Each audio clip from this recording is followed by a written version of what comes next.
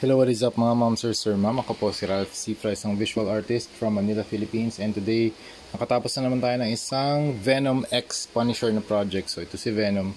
This is the ZD Toys na 1/10 scale na Venom action figure. Gusto ko to kasi ang ganda ng ginawa ni ZD Toys dun sa sculpt nila. Sobrang massive body. Yan, very defined muscle areas, tapos ang dami rin yung tentacles. So 8, 1 2 3 4 5 6 7 8.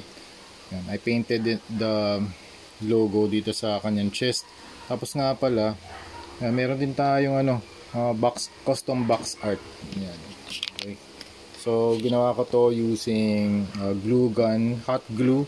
Tapos nagpaint ako ng skull, and then yung eyes, tapos nose, and then yung teeth. Okay. Meron na rin pala akong tutorial nito sa videos natin sa past, I think past year na ata yun. Pero same lang naman yung method. Same lang, pareho lang.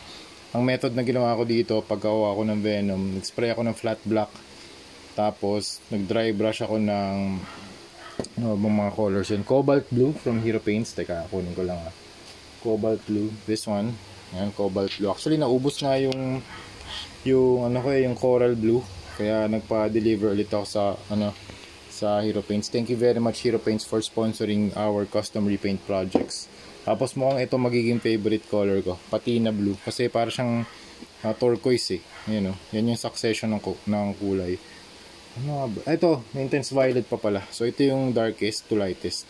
Intense violet muna. Ito yung mga colors na ginamit ko for dry brushing. This one, intense violet, cobalt blue, coral blue, and patina blue. Tapos yung last nyan, white. And then yung acid slime, yun yung nakalagay dito sa mga tips, para meron siyang visual contrast, magkaroon na parang acid effect. Yun din yung ginamit ko rito sa base. Okay? Pati dito sa kanyang mga teeth. Okay?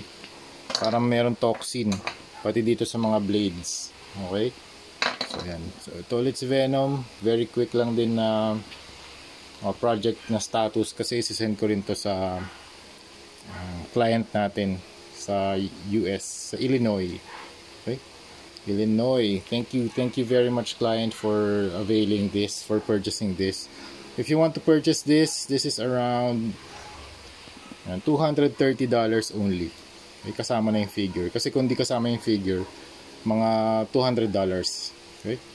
So yun mga ma'am sir, that's it. So thank you very much for watching, and see you sa next video. Bye bye.